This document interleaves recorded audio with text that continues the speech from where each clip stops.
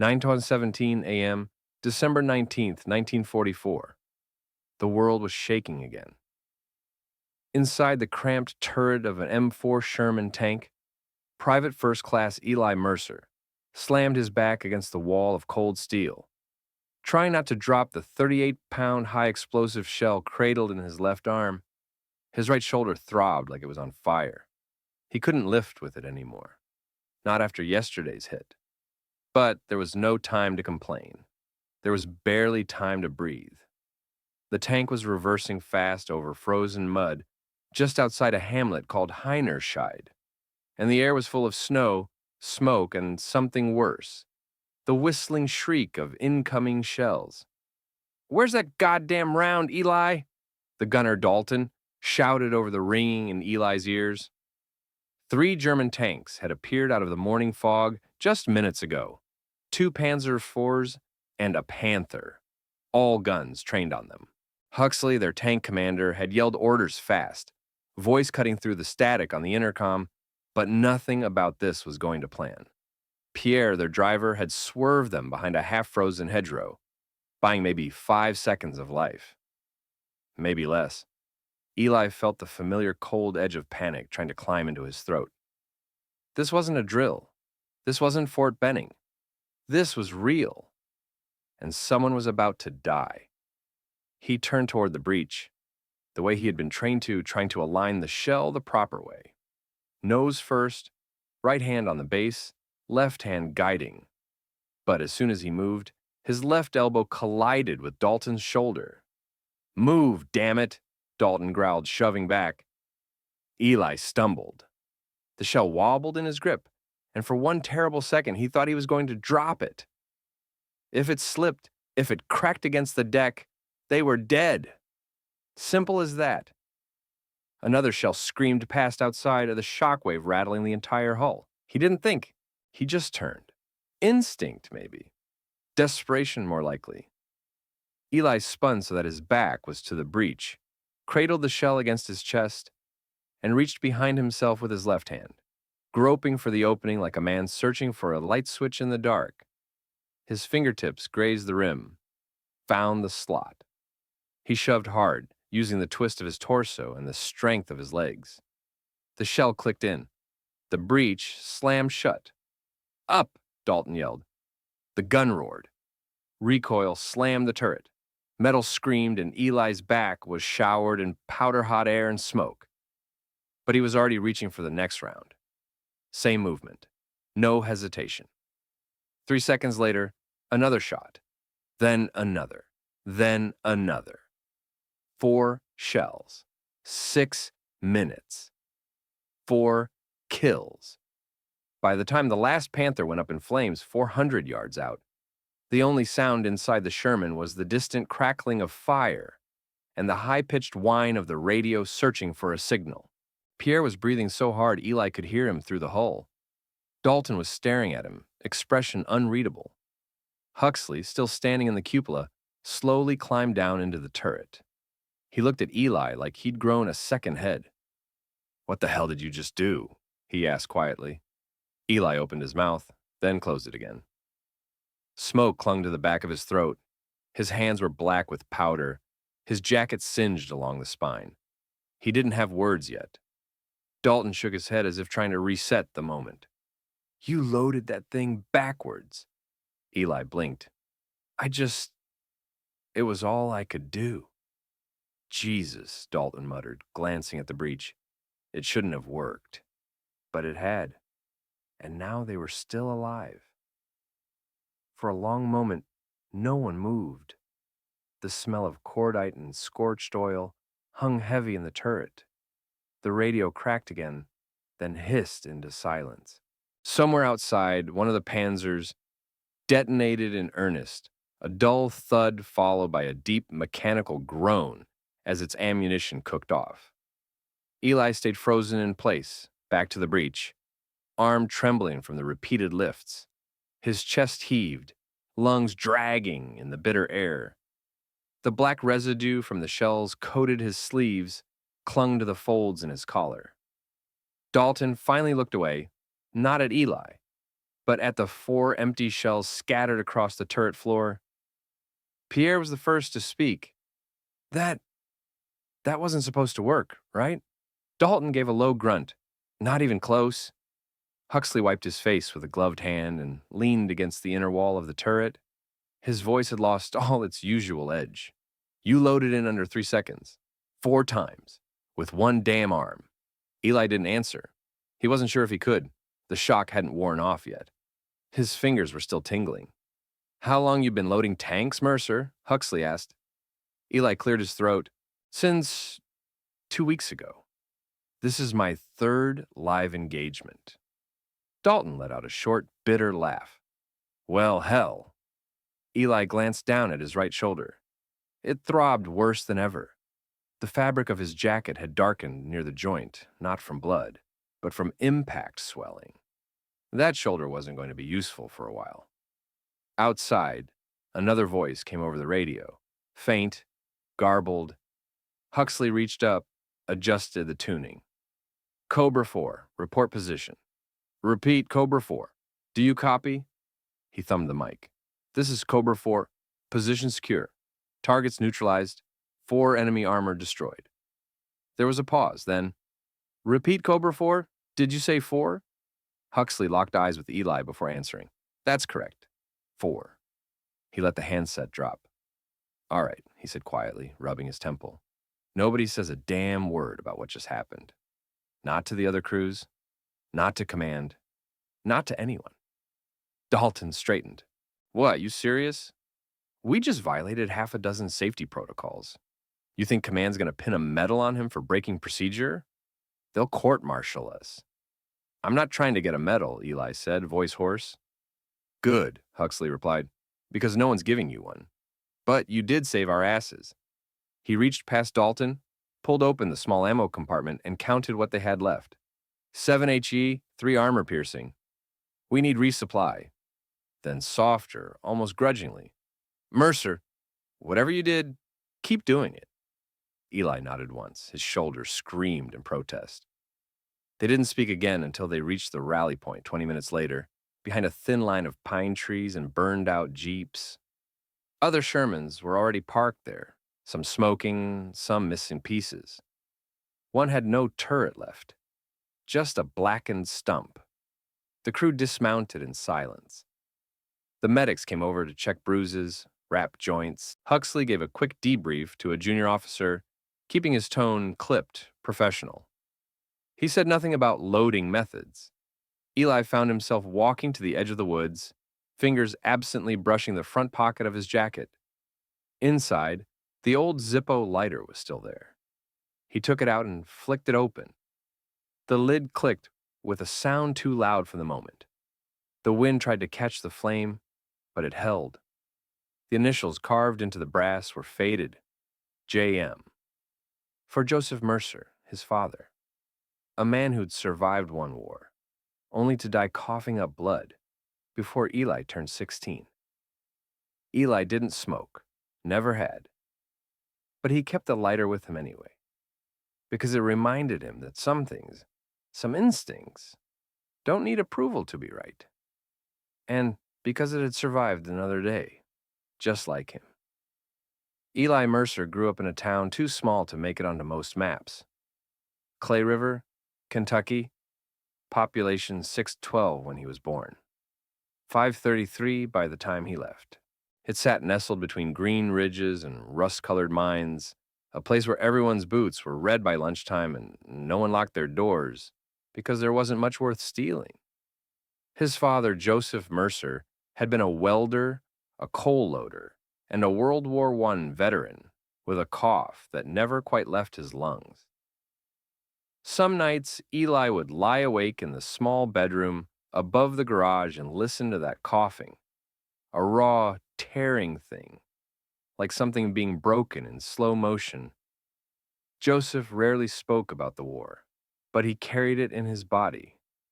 His left hand trembled when he was tired, and the scar behind his ear from a piece of shrapnel turned bright red in the cold. What Joseph did talk about, often and with a kind of quiet reverence, was instinct. Son, he'd say, handing Eli a rusted wrench or a spark plug wrapped in grease.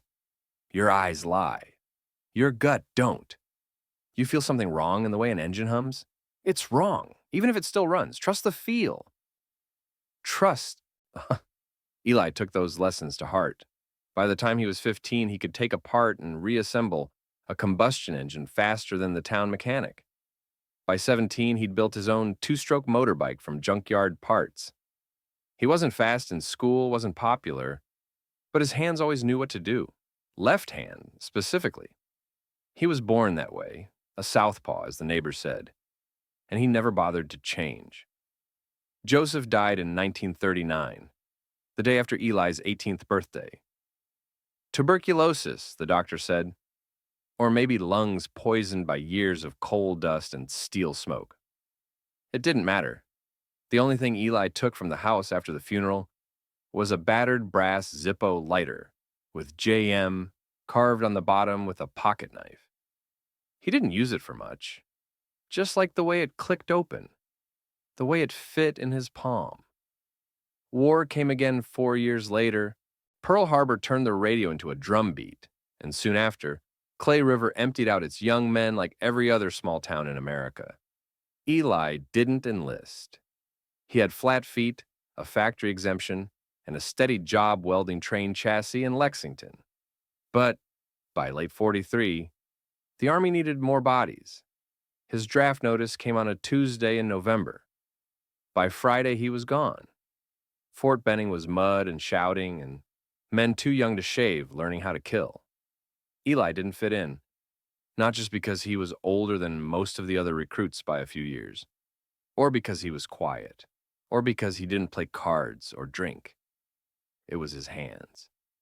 The instructors noticed it first. Mercer, why the hell are you grabbing that shell with your left hand? It's my strong arm, sir. Not anymore. You'll do it the Army way. So Eli tried. He practiced until his right shoulder ached, but it never felt right. The motion they taught and grab with both hands, nose forward, ram straight, was clean, efficient, repeatable. But not for him. He was always half a beat too slow, always bumping elbows in the cramped turret mock-ups, always catching the brass base at a bad angle. They started calling him Lefty, not kindly. He probably would have washed out entirely if not for Reese. Private Curtis Reese was fast, loud, and knew more about tanks than some of the junior officers. He came from Pittsburgh, talked like a street preacher, and had a laugh that bounced off the barracks walls. He took one look at Eli's awkward stance during the second week of loader training and shook his head. "You're backwards, Mercer," he said, "but backwards ain't always wrong. Here, watch." Reese showed him how to pivot without jamming your knee into the recoil guard, how to time your grab so the turret swing didn't throw you off balance, how to breathe between shells. He didn't try to change Eli's handedness, just helped him adapt. "You ain't a mess," he said one night after lights out. "You're just wired different. The Army'll catch up to you one day." They were assigned to the same training tank at the end of basic. Reese was the loader, Eli the backup. Reese was good, scary good. He could load and fire 6 rounds in 30 seconds flat during drill. He became the standard everyone measured against. Eli tried to keep up, learned by watching, by mimicking. He still wasn't great, but he wasn't failing anymore. And for the first time since arriving, he had someone who didn't treat him like a mistake. In late October 1944, they were shipped to Europe. France first, then Luxembourg. The days blurred into cold, damp monotony. Wet boots, diesel fumes, morning fog that never seemed to lift. Reese talked constantly, joked with the crew, carried a photo of his girl back home and a Bible he never opened. Then came December 11th. It was supposed to be routine, a patrol through the edge of the Ardennes. The trees were quiet, the fields empty. And then everything exploded. A Panzer ambush perfectly timed. One shot tore through the side of Reese's Sherman before anyone could return fire. The tank burned in seconds. There was nothing left to bury. Eli was reassigned 2 days later. Nobody said the word replacement, but that's what he was. The warm body and the cold seat. He climbed into the loader's position like he was putting on someone else's skin. The gear still smelled like Reese, oil and smoke and something metallic. The crew didn't say much. Huxley gave him a single nod. Dalton didn't even look at him. Eli didn't blame them. He wasn't Reese. Didn't have the hands or the speed or the confidence. All he had was a fading Zippo lighter in his jacket and a hollow spot in his chest where a friend used to be. But he loaded the shells every day, every drill, every maneuver, left-handed, slower than most, but always steady. And when the breech kicked back and tried to bite him, he didn't flinch, because sometimes all you have to go on is instinct, and instinct, he'd been told, was worth trusting.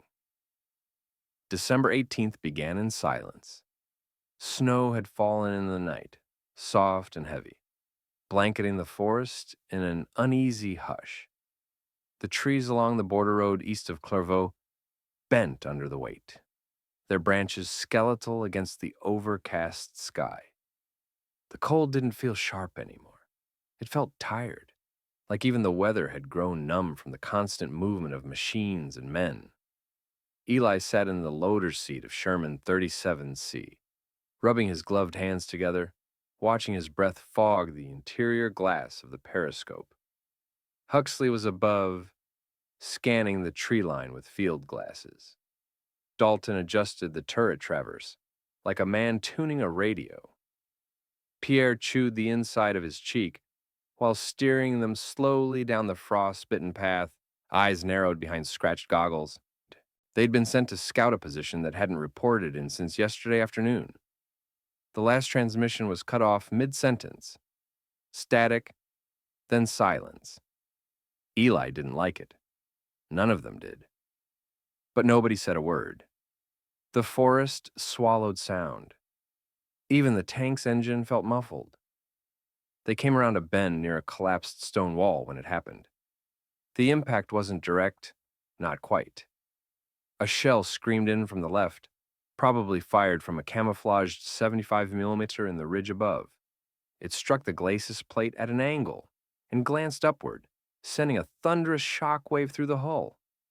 The Sherman didn't stop, but Eli was thrown sideways, his shoulder slamming hard into the corner of the recoil guard. Something popped inside him. A white-hot spike of pain tore down his right arm. He gasped, slumped forward, clutching his side. The shell didn't penetrate, but it didn't have to. Jesus Christ. Eli, you hit? Dalton shouted, twisting toward him. Shoulder, he stammered, his voice tight. The radio crackled. All units, return fire. Multiple contacts West Ridge. Huxley dropped into the turret, already barking coordinates. Dalton, get eyes. Pierre, reverse into cover. Mercer, shell, now. Eli tried. He reached for the ready rack, fingers brushing the smooth curve of a high-explosive shell. But when he tried to lift it with both hands, the right arm gave out. A bolt of pain shot through his neck and ribs, sharp enough to make him bite his tongue. The shell slipped. Not all the way, but enough to nearly fall. Dalton cursed. I can't, my arms, Eli said through gritted teeth. The forest erupted again. Another shot closer. Chunks of bark and snow rained down on the Sherman as they slid backward toward a thicket of pines. Do something, Dalton yelled. There wasn't time to think. The drills, the training, the manuals, all of it blurred into static. Eli turned. Literally.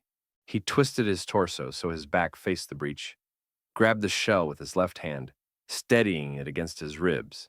His right arm hung limp at his side, useless. He reached behind himself, feeling for the opening. The motion felt insane, blind and wrong. His heart pounded. One slip, and he could jam the shell, or worse. His fingertips touched steel. He aligned by feel, rammed it home with the full torque of his torso and leg. The breech clamped shut. "Firing," Dalton bellowed. The gun roared, the turret bucked, and heat blasted across Eli's spine. But the shell was gone, loaded. He reached for another. Left hand only. Back still turned. One movement, then another, and another. The shells kept coming, from both sides. A third German tank emerged from behind a ridge, its gun searching. Pierre gritted his teeth and cranked the Sherman further into cover, sliding the treads through a shallow depression between two frozen trees. Snow cascaded down from the branches above, sticking to the hatches. Eli loaded again. He didn't think anymore. Couldn't. The pain in his shoulder was a dull roar now, distant and submerged beneath the rush of adrenaline. His body moved without commands, like the muscles had remembered something he hadn't yet learned. Turn, reach, guide, ram. The rhythm settled into something frighteningly smooth. The second shell slid in faster than the first. The gun recoiled again, slamming warmth into his spine. Dalton shouted something triumphant, but Eli barely registered the words. Third round. Same motion. His back to the breech, left hand curled tight around the base of the shell. Eyes forward, breath held. Fourth round. 2.5 seconds, maybe less. The Panther caught fire first. A plume of thick black smoke rose from its turret like a volcanic cough. Then, one of the Panzers took a direct hit to its drive sprocket and veered sideways, tracks splitting apart. Dalton's voice cut through the fog. "They're pulling back!" Pierre whooped. "We hit 'em good, mon Dieu. We hit 'em hard." The last Panzer reversed out of sight, trailing smoke and what looked like coolant. Huxley didn't celebrate. He watched through the periscope for several seconds longer, then finally pulled off his headset and dropped into the turret. He looked at Eli, at the empty brass casings on the floor, then back at Eli. "You loaded all of those?" he asked flatly. Eli nodded, still trying to catch his breath. His left arm trembled from the effort, fingers raw from the metal. Dalton leaned back, one eyebrow raised. "You used your back." Eli nodded again. "Your goddamn back." Turned away from the gun and just... What? Felt it? "I couldn't lift with my right," Eli murmured. "It was the only way." Dalton looked at Huxley.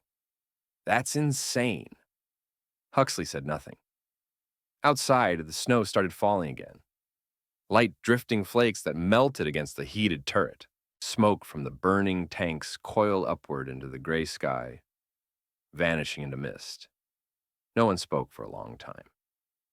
Then Huxley stepped forward, picked up one of the spent casings, and examined it. He turned it in his gloved hands, like it might give him an answer. Finally, he said, "You ever done that before?" Eli shook his head. "You practice it?" "No." Huxley let out a short breath. Well, it worked. Dalton still looked unconvinced. "That's not in the manual." "No," Huxley said, "it's not."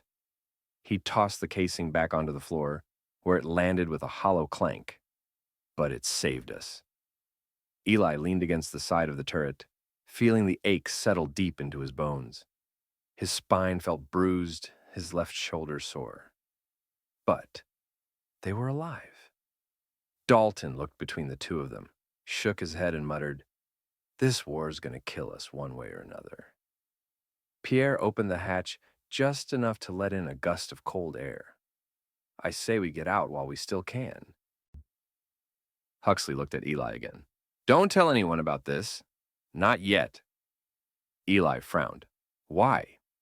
"Because if command finds out you've been loading shells backwards with a busted arm, they'll pull you from the line.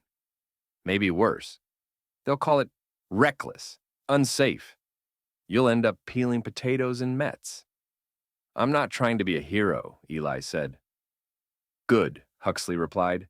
"Then don't act like one." He climbed back into the cupola, eyes scanning the horizon again. "Let's move." As the tank rolled forward through the trees, treads grinding over frost and broken twigs, Eli looked down at his hands. Powder residue streaked his palms. His right arm hung limp in his lap. The shell rack beside him was nearly empty. He reached into his jacket pocket, pulled out the lighter. The Zippo clicked open. The flame flickered once, then steadied. He closed it gently. They were alive. And something in him, something quiet and dangerous, knew that the way he had loaded that gun wasn't just a fluke. It was a beginning. They didn't talk about it. Not that night, not the next day. Not when the unit regrouped near a refueling point south of Haussingen, where the Shermans lined up like tired animals, tracks steaming against the snow.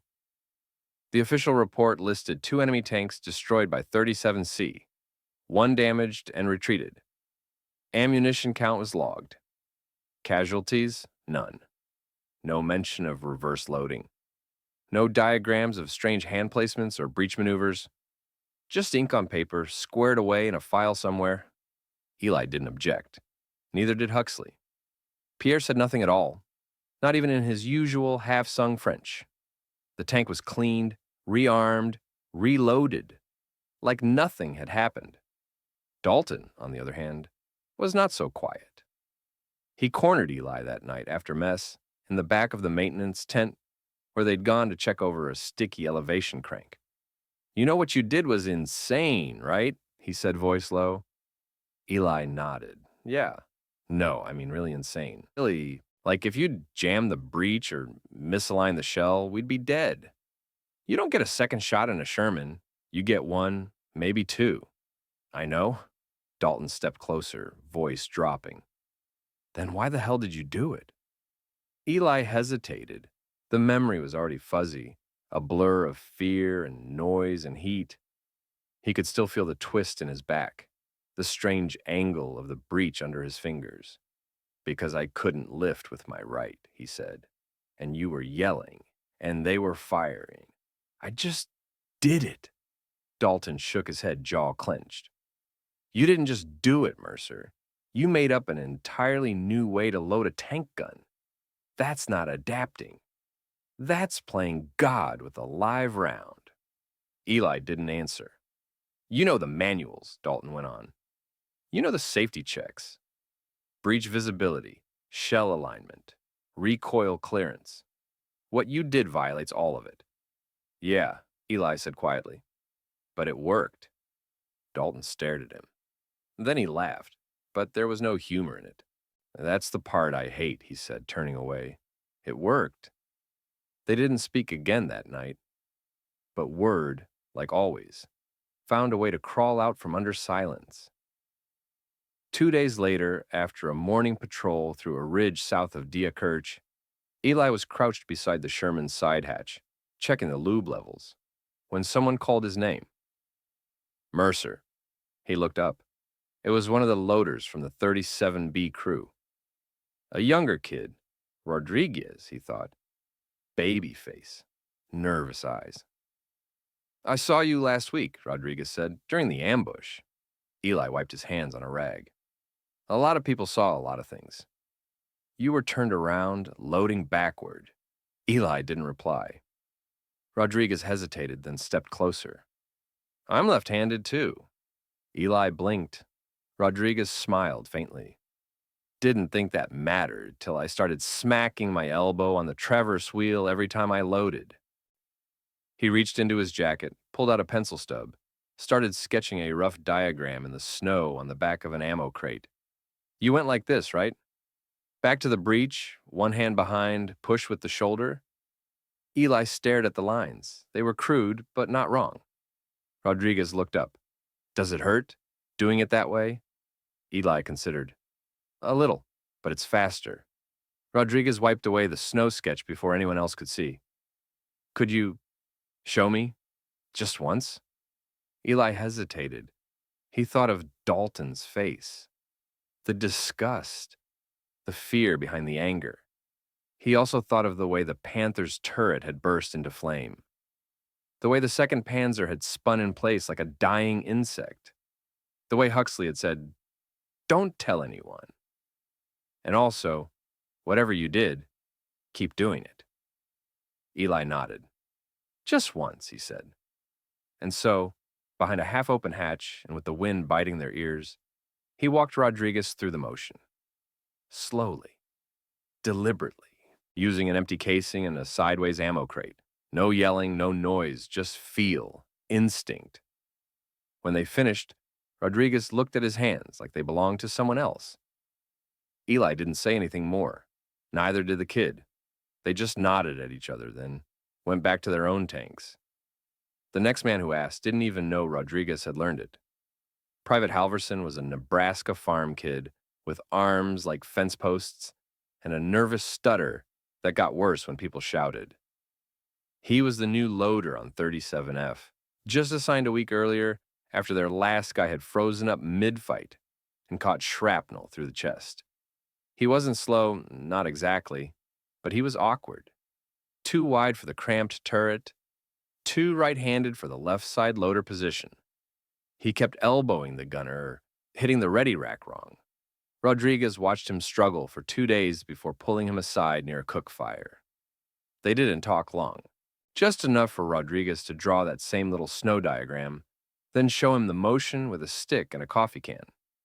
Halverson picked it up fast. His body was built for work. Short motions, tight power. 2 days later, during a brief skirmish near Vianden, 37F took a flanking position behind a hedgerow and came under fire from a camouflaged Panzer IV. The first round missed. The second didn't. It slammed into the tree just behind the Sherman's turret, shaking the entire hull. According to the after-action summary, 37F returned fire 3 times in 12 seconds. All 3 shots hit. The Panzer exploded.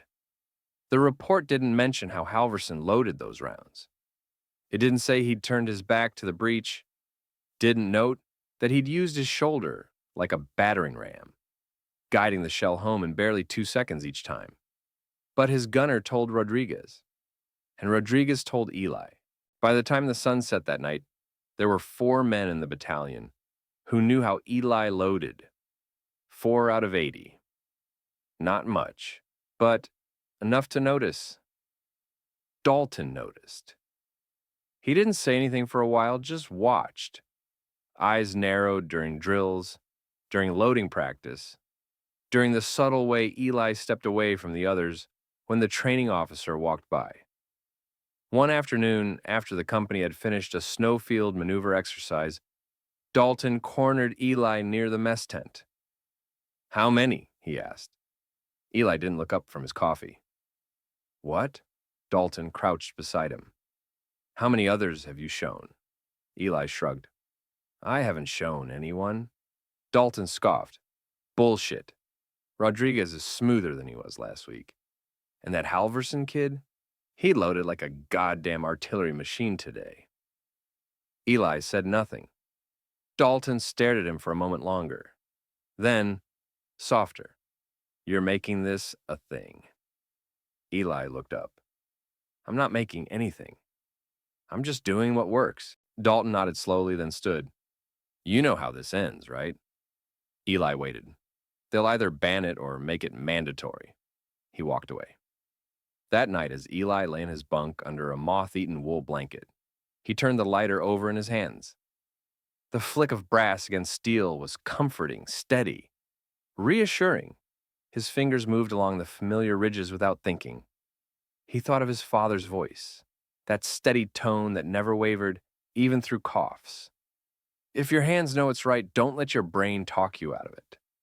The Army hadn't trained him to load a gun this way. But instinct had. And instinct, it seemed, was contagious. It happened 3 days later. The morning had started quiet, too quiet.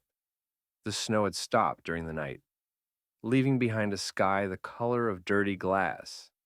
The forest around the staging area was still, almost peaceful, and for a few hours, it seemed as if the front had shifted elsewhere.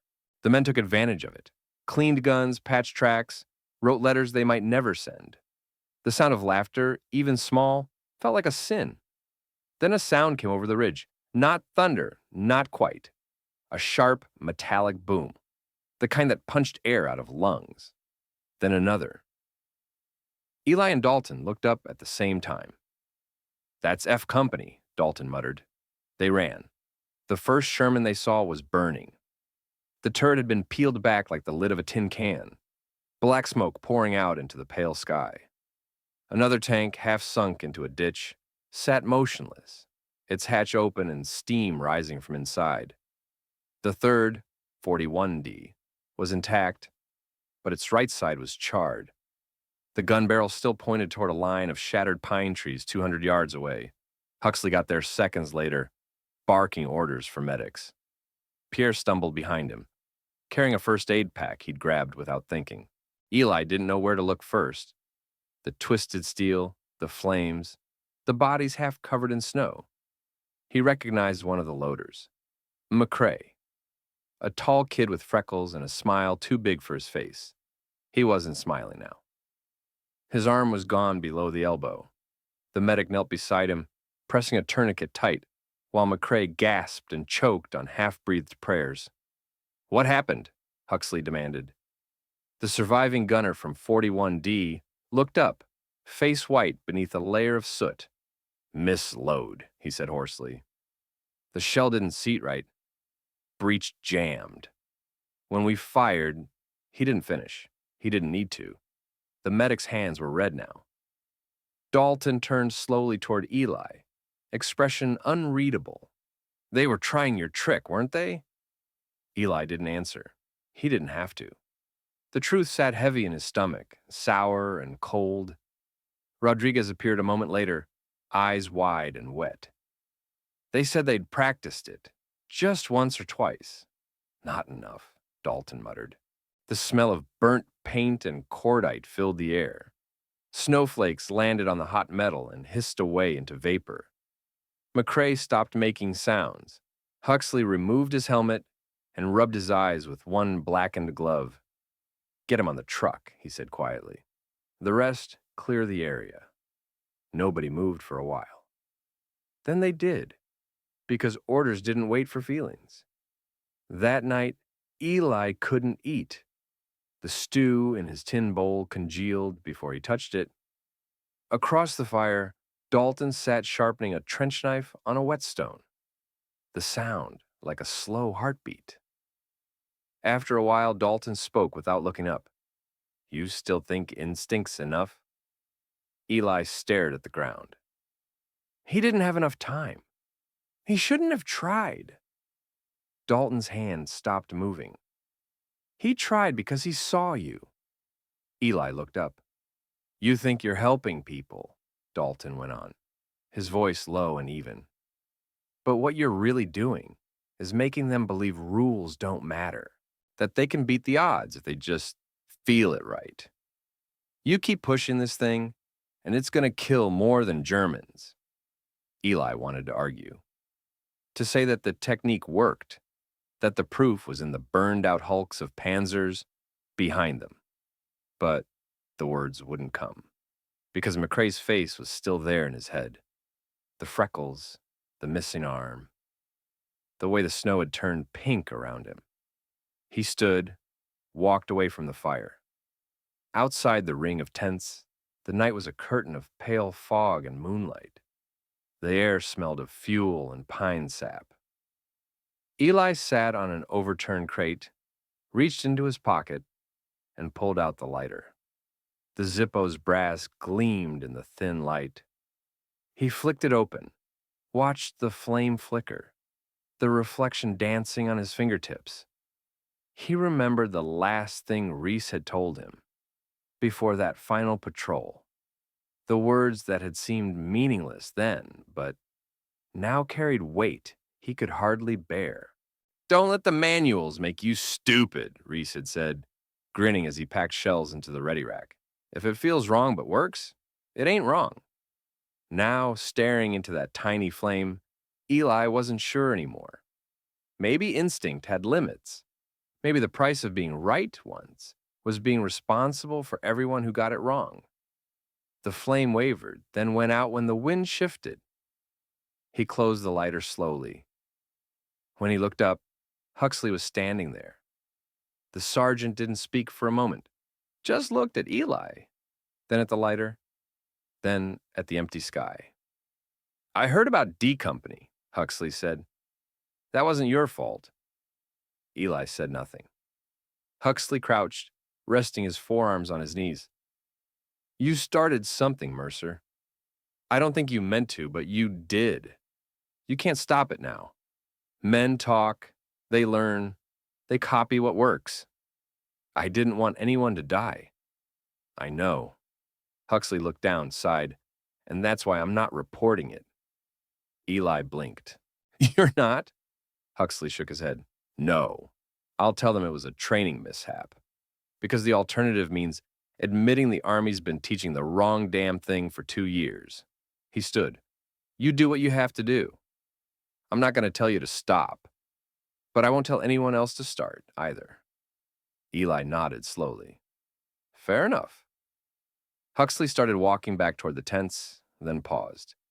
Get some sleep, Lefty. Tomorrow's going to be worse. When he was gone, Eli opened the lighter one more time. The flame caught instantly this time, steady against the wind. He stared at it until the fuel burned low, until his eyes stung, until the guilt softened just enough for him to breathe.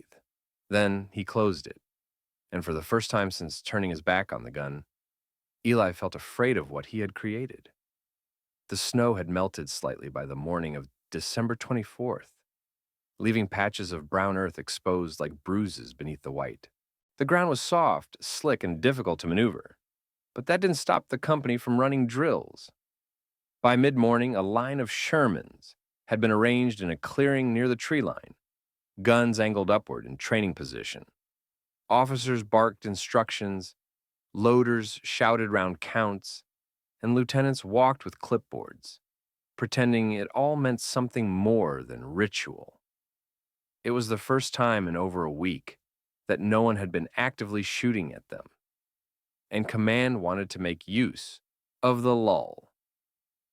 Eli didn't want to be there, but Huxley had given him a look, and that was enough.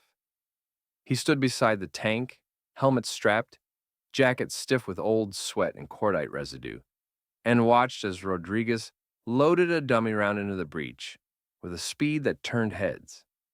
Halverson followed, matching the motion, not perfect, but close. Their shoulders rotated, backs angled, and hands moved by feel. The motion was smooth, short, almost like muscle memory. Dalton stood nearby, arms crossed, watching with the same neutral glare he'd worn since Vianden. Nobody said anything, not until the Jeep arrived. It pulled up at the far edge of the field, tires cutting deep into the slush. The driver stepped out first, then the passenger, tall, square-shouldered, with a deep-set jaw and a scar under his right eye. His coat was clean, his boots were polished, and his collar bore the eagle and oak leaves of a full colonel. Everyone snapped to attention. That's Fairchild, Dalton muttered. Battalion command. The colonel said nothing for a moment.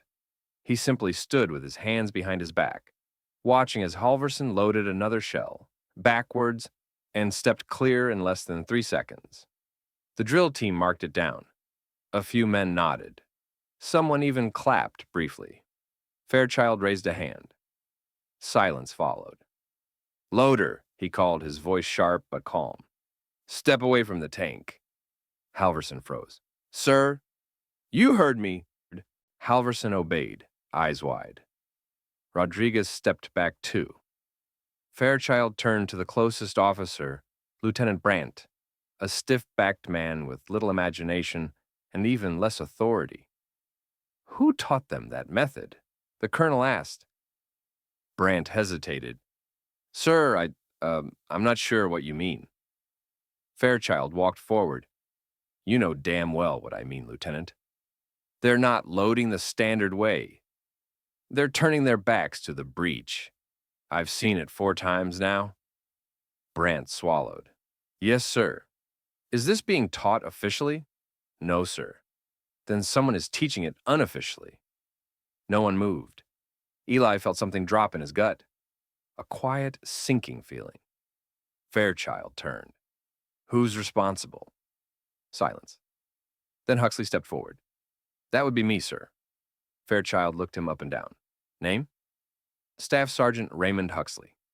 37C. You taught this method? Huxley paused. I approved it. In one case. Fairchild's eyes narrowed. And the original source? Huxley didn't answer.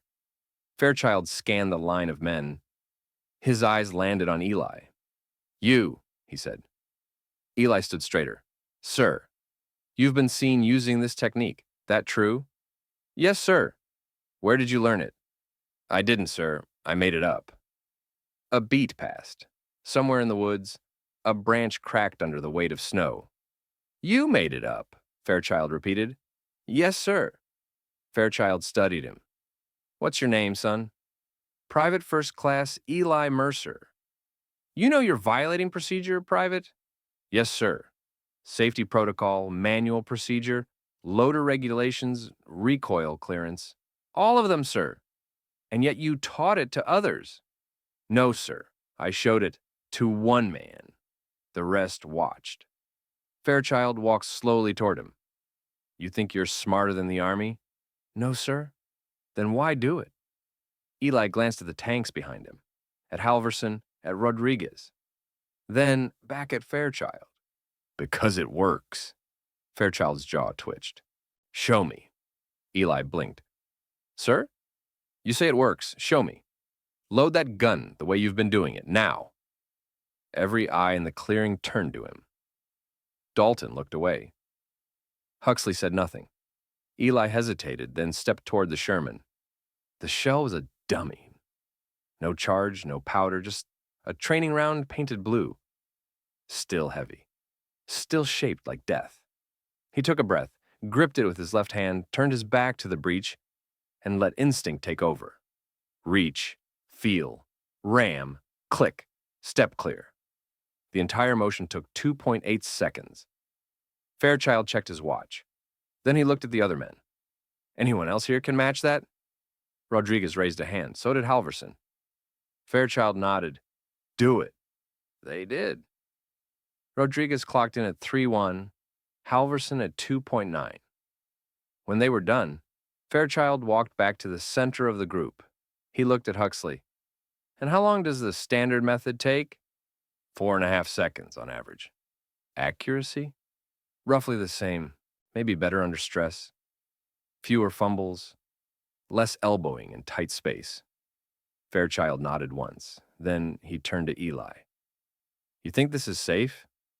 Eli took a moment before answering. It's not safe, sir, but it's faster.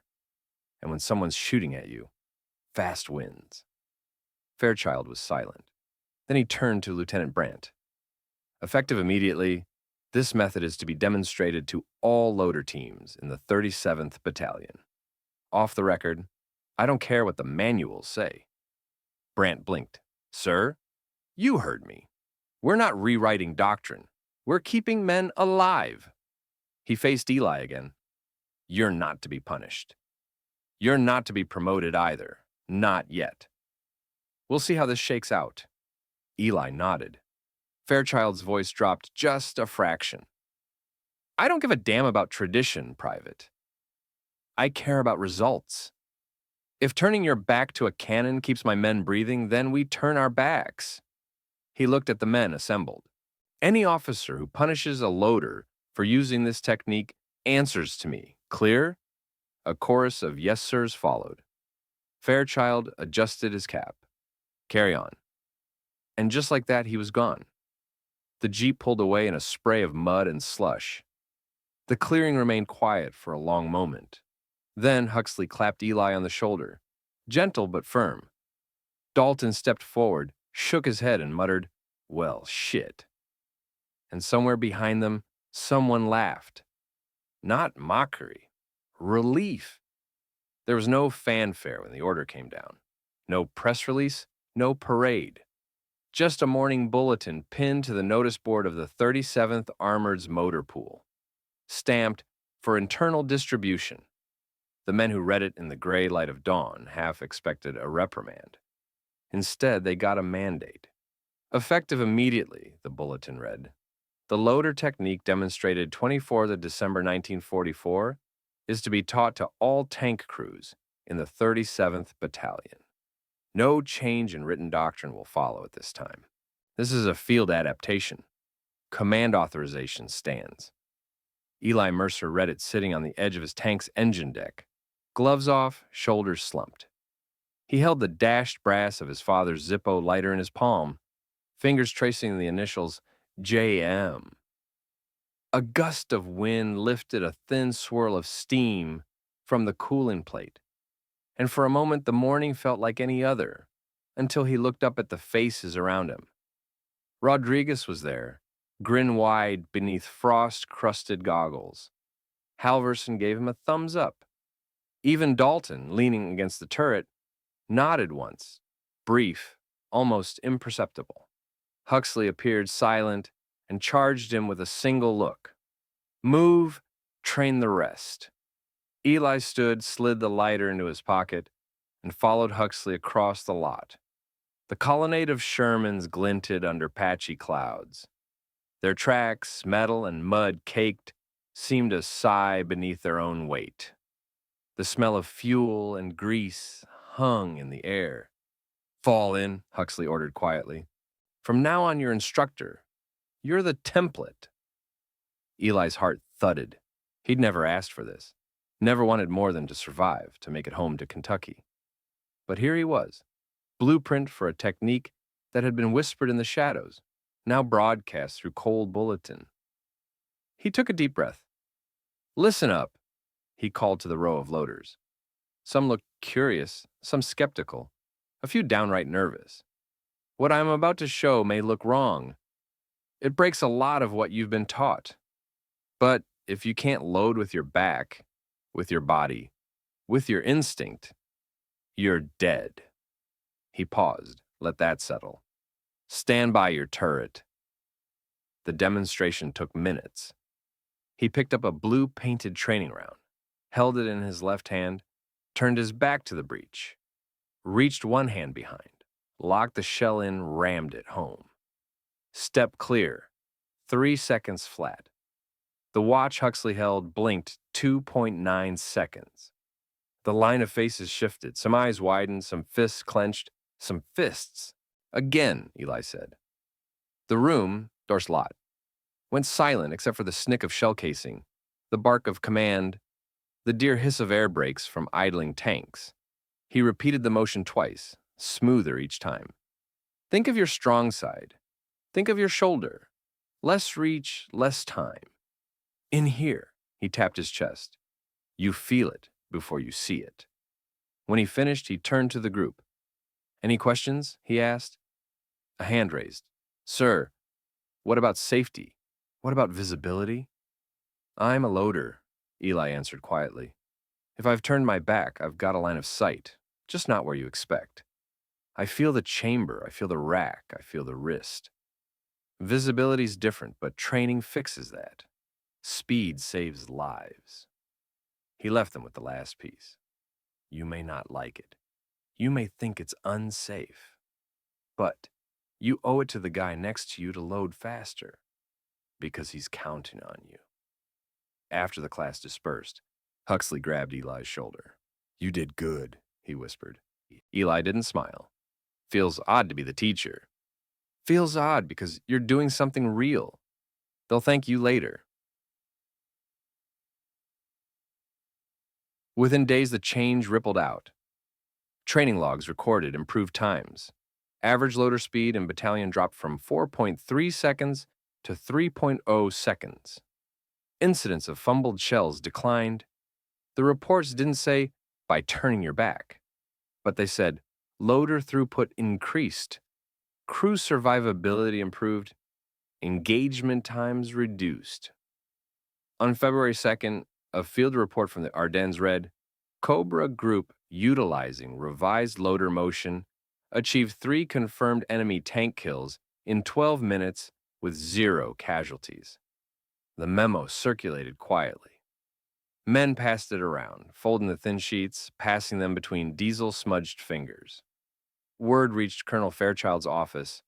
He tapped his pen against the edge of his desk. looked at the spreadsheets on his map table. T-34 replacements stacking up. Loss ratio improving. Lives saved. Good, he muttered. At Bastogne, a smaller contingent of the Third Army gathered in a makeshift auditorium.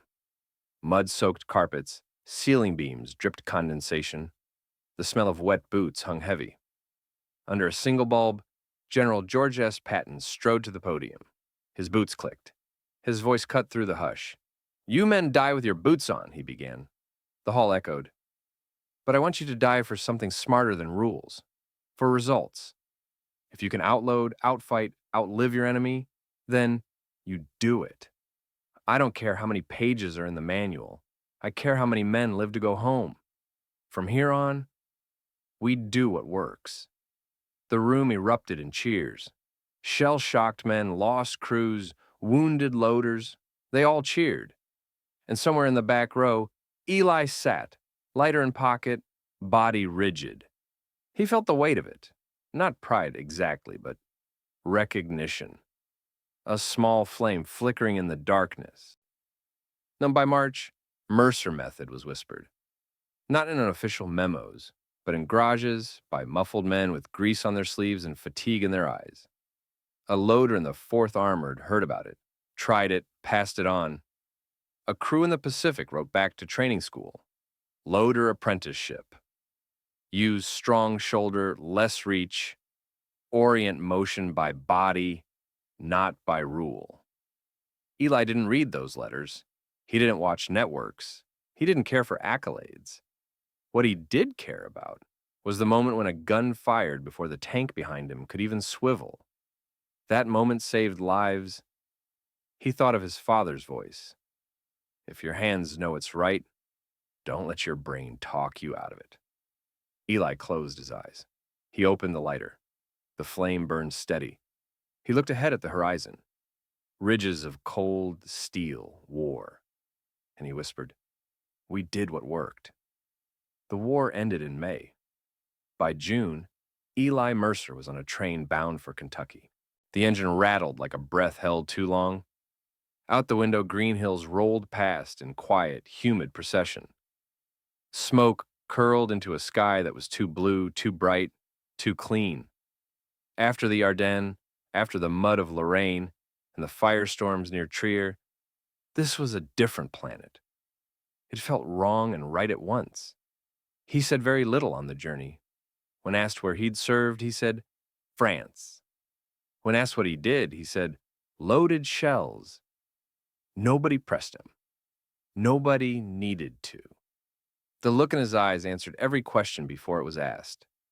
He stepped off the train in Harlan County wearing the same boots he'd worn in Vianden.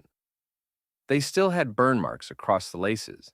He carried one duffel bag, a letter from Sergeant Huxley folded into the lining, and a brass lighter in his pocket. The station was small. 3 benches, a rusted Coca-Cola sign, and a man named Tom Mercer waiting on the platform. His father. They didn't hug. They nodded. Tom reached for the bag. Tom reached. Eli let him take it. You hungry? His father asked. A little. Then let's get home. The truck ride back was short and silent. Pine trees leaned over the gravel road like they were trying to listen in. The cabin looked the same. Peeled red paint, tin roof, 3 porch steps slightly warped from rain. His mother wasn't there. She'd passed in 43. Eli hadn't cried then. He didn't cry now. Inside, the house smelled like tobacco and old paper.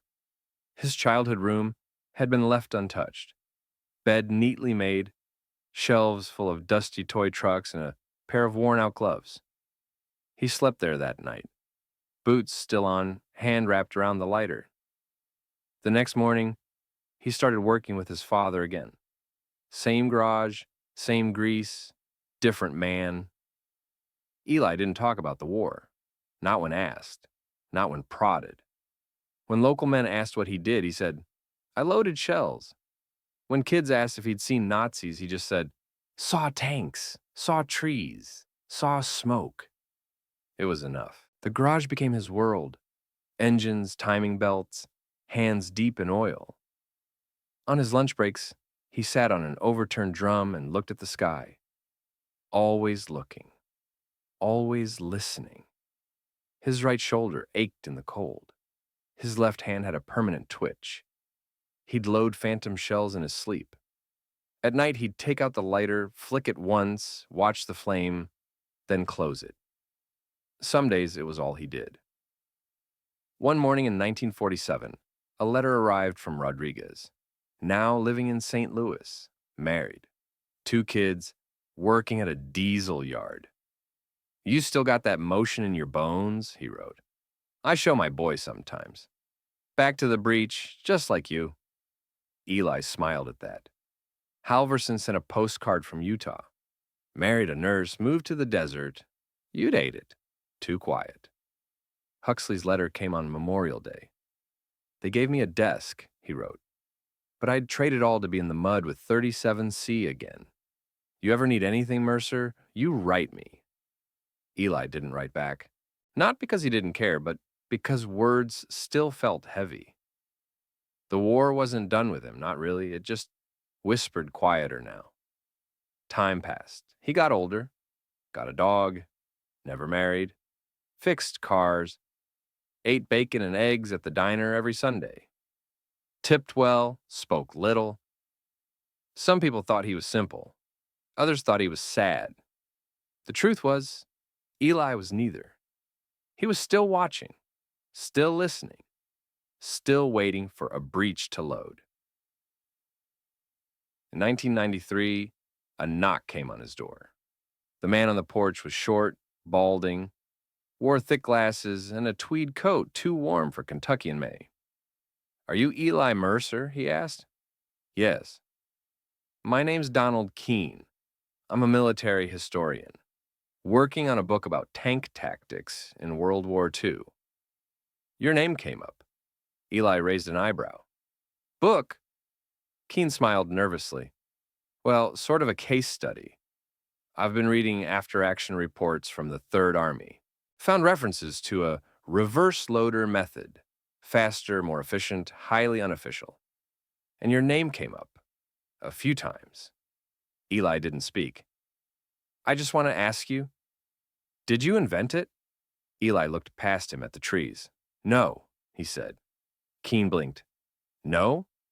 It invented itself. I just didn't stop it." The historian smiled. "Would you mind if I asked you a few questions anyway?" Eli opened the door. The conversation lasted 2 hours. At the end, Keene shook his hand, thanked him, and promised to send the finished article. Eli never read it, but he did hear years later that a copy had been archived at the Patton Museum, alongside a Sherman tank with a little placard, "Loader efficiency improved during late war period. Unofficial techniques contributed to survivability." It didn't say his name, didn't mention a backwards grip, but it was there. That was enough. Eli Mercer died in 2004. He was 82. No ceremony, no medals, just a pine coffin, a folded flag, and 7 men standing in silence. They were all former tankers. They'd come from 4 different states. One wore a faded 37th Battalion patch. Another carried a shell casing with the words 2.8 seconds etched into the brass. None of them had met Eli before that day, but they all knew him. They stood at his grave, surrounded by pine trees, and told stories. Not about battles, about motions, about survival, about how they learned to trust their own bodies when nothing else made sense. One of them lit a cigarette with an old Zippo. The brass was scratched, dulled by time, but the initials were still there. JM. Another man read the inscription Eli had carved into the bottom. Barely legible anymore. "If you can feel it, you can trust it." They stayed until sunset. No one said goodbye. In the training hall at Fort Benning, the new generation of tank crews practiced loading drills. The breech of the Abrams was larger now, the ammo automated. But for safety and backup procedures, they still taught manual loading for the first month. A sergeant stood at the front of the class, holding a replica shell. You'll hear a lot about protocols, and you'll follow them. But remember this: in the heat of battle, instinct is what keeps you alive. He turned, demonstrated a motion that none of them expected: a reach behind the back, a twist of the wrist, a punch forward. Smooth, fast. That's called the reverse Mercer. Don't worry, it's not in your manuals. The class laughed. But they remembered, because some motions are too important to be forgotten, and some names, even if never written, echo in steel, in smoke, in the seconds between life and death.